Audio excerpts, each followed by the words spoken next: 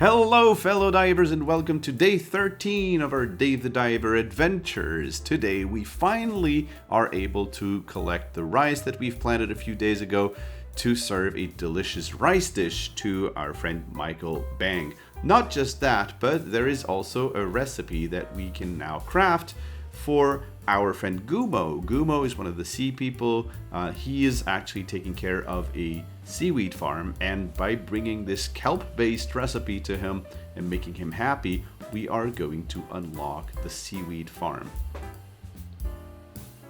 As we are currently literally swimming in money, we can afford to expand our fish farm, and we are actually going to completely expand the 50 to 130 meters and the 130 to 230 meters completely. Back to the village, we'll be doing some turning in of quests and also going back to Gumo to bring him his delicious kelp recipe, which he's gonna absolutely love. So much that he's gonna jump out of the water. And also, more importantly, he's going to open a seaweed farm for us, and that seaweed farm is going to be really important moving on in the game. Now, talking about seaweed farm, we're going to want to expand it, and we're going to have to unlock 4 extra fields in that seaweed farm, each costing 300 bay. So we need 1200 bay by the time the seaweed farm is ready. So I'm going to farm a little bit of that doing the shark teeth game. Now, there's a way to actually always win, but I'm not going to cover that in the video. But if you want me to do so, please don't hesitate, leave a comment, say, hey, I'd really like that video about the shark teeth game, how can I win it, because I don't, and I'll happily do it for you. And by the way, if you like this kind of content, don't hesitate to like and subscribe. It helps me very much know that I'm doing the right thing for my audience. So thanks a lot actually for following this, and hopefully I'll keep on making content you like. So back to Suwam, who is going to tell us to open the gate to the glacial passage, and now we are going to enter what I consider to be the most boring part of the game, which is we're actually going to do some puzzles. But before that, we're going to take some pictures, and I'm going to talk a little bit later about the picture taking, but here I want to talk about the fish I'm catching right now, the barrel eye. They're worth 35 gold per kilo, which is actually really good. And not only that, but they also weigh 3 kilo a piece, which means that you're going to be filling your inventory faster with them. So they're actually a good trade-off between filling your inventory fast and making lots of money off that inventory you're filling up. Because that's one of the issues with the lighter fish. That like the bluehead tilefish, they're worth more. They're worth 75 gold per kilo. However, it takes a lot of tilefish to fill up your inventory. Whereas barrel eye, you can catch them, and like here I'm already at 12 kilo, 12.1 because I caught a white shrimp. So it's kind of a trade-off between taking the most optimal fish, but taking a lot of time gathering them, and going for a quickie, and taking a few barrel fish. And anyways, we're gonna have more and more space in our inventory. We have 125 kilo here, and we're not even maxed out. So that's why I'm catching them, and they're really good. Now I want to talk about the taking of the picture here. See, there's a trick that you might not know of. If you look at the top left, you see the different targets, the Asian Sea People and the Asian Divine Tree, and as you put the camera and give the right focus, they turn green, which indicates that, hey, you have actually framed them properly. And that's one thing that can be very frustrating with this taking pictures mini game, is to correctly frame the things. And so that's a little trick for you. Now I'm gonna skip the puzzling here because it's just boring. And once we're through, then we discover a new room where we can actually open the gate that allows us to go back to the surface. After more puzzling, we reach this area where we can put a fruit inside this device that will go to melt the ice here. And once again, there's a painting right there that you need to take a picture of for an achievement, and there is no reason to go to that place ever in the future except for taking that picture, which I think is silly design. Now, the thing is, the mirror here is stuck by a stone, and we're going to have to find a crowbar to be able to remove that. But the crowbar, we still need to learn that it exists. So then we go get some dumplings and we can go back to the surface, but we're going to get some fish along the way. And in the sunken ship, we find ourselves a new friend, the hammerhead shark. So the hammerhead, or smooth hammerhead, they call them, is not too difficult to fight, but you have to kind of know how they move around. They're kind of okay gold per kilo value. I think they're around 21 or 22 per kilo, which is not too shabby. And here, as I go back up, I know that if there is a hammerhead shark, there is also a thresher shark. And being overloaded at the moment, you just saw his head popping up, like really briefly. Me being too overloaded, I actually really don't want to mess with that dude. So I just calmly go back down and return to the surface. Now, Cobra tells us that we have to find a crowbar and it's going to be in the sunken ship. So before going there, I'm selling as much as I can once again. And in the weapon shop, I'm actually going to take the Red Sniper Rifle 3 because I have farmed all the Trevally that I needed to. Always check on the farm. And now we can go for our afternoon dive. And this time we can actually take on the Thresher Shark. Be careful that they can actually lunge at you from a long distance, but with a sniper, it's usually a piece of cake. I say it all the time, but don't forget to check if there's a limestone cave. We're still getting ready for a very good jellyfish dish on Jellyfish Party Night. So now we go into the sunken ship and we do the worst event in the game, in my opinion. We're gonna fight the most horrible enemy in the entire game. Those jumping crabs. Oh my goodness.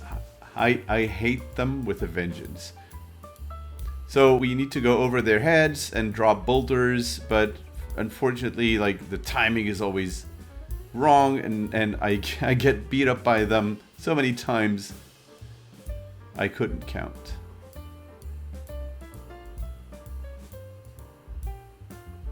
Finally, we got rid of him, and we can now take the crowbar. Now, the stupidest thing ever is that we have the crowbar, but we cannot use it yet. We have to bring it back to Cobra, so he tells us, yeah, you can have the crowbar. I mean, why? Why? So here, I'm keeping the pufferfish busy because I want to do some damage to the hammerhead, and for some reason, I end up getting caught by it. But I have my vengeance. I'm a bit low on health, so I better take care of that. When you're low on oxygen, it's important not to panic and to go to a location where you know you can expect to find some oxygen. Now, unfortunately, I kind of whiffed, and I was like, oh no. And now there's this guy, and there's some, and look at that. He almost got me from 20 miles away. But I don't panic. I keep going because I know where I can find them. But here it was really close. I had to pay attention to every little detail, and yeah, we made it safely. Something that's been brought to my attention that I didn't know is if you're actually starving for sea breams, you can go back to this location there where there is the underground river, the underground lake. Because there's actually 3 sea breams there. So we can safely go there and get some extra sea breams. Back to the village, we go to the casino to do another game of shark teeth. Indulge in some seahorse racing because, hey, why not? And it's fun.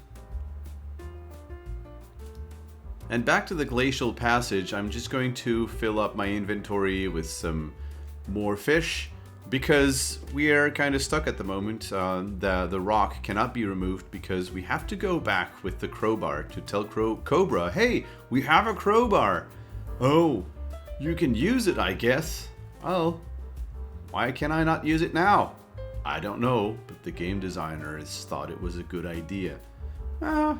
Maybe. Debatable. Anyways, we can go back to the ship now. There, Sato is going to tell us that we can go and try and find a super rare boss card because it's a stormy night. But I'm actually going to ignore that just because there's no economic point in doing it. The boss meat is not going to be anywhere close to the value I can get from my Crimson Fish. So I'm just not bothering with it. But by all means, if you want to do it, just go ahead. Now here comes Michael Bang, and Bancho is going to prepare him a delicious tropical fish sushi set. And of course, Michael finds that it's a banger of a meal. See, banger, meal, bang. Anyways, don't forget to like and subscribe for more jokes. So now with Michael Bang satisfied and happy, we can sell the stuff we have. So we had 2,000 before. And look at this barrel fish here, 1,365 just from the barrel fish from one single dive. How's that? And so after selling all the meat we've got, we have sold for 7,490 something fish just from the second dive of the night. Isn't that amazing? Now is a great time to give some of our staff some extra training. We are going to start with El Nino, who is going to replace Kyoko. She's done her job, and now we need a better server. And we are also going to train Davina to level 7 to give her the Dispatch Master skill. We also have enough Red Breams now to actually level up our recipe to level 6, which makes it now worth 1,000 gold per serving. I quickly go to the fish farm just to get the 4 breams I'm going to need for the service tonight. We're on Golden Cooksta, so we're going to get 28 customers tonight. And we can open Bancho Sushi. Now, one of the things I'm worried about here a little bit is that it could actually be 29 customers because that's the maximum you can get. So as soon as this gets to 0, I'm actually probably going to just make one extra serving of sea grape jellyfish. And actually, I made 1, but I got 2 because of Yone's ingredient prep expert. Anyways, this is it for tonight. All the customers are streaming out, and we made 32,000 gold in one night once again. This is going very well. This is the end of the day, and we can move on to the next day. Thanks for watching. Oh no, actually it's not finished, because see who's gone? We are hearing a sound. Oh, could that be Momo? Momo, where are you going?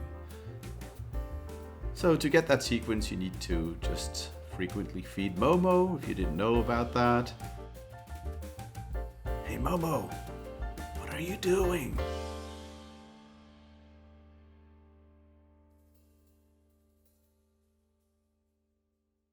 Oh, what's that? Oh, it's so cute. Hey there, you got a family? Oh, okay, he's happy. Okay, let's hope Bancho's gonna be allowing them in. Yes, they can. Great. And now we can finally call it a day. Thanks for watching, and keep on diving. See you tomorrow.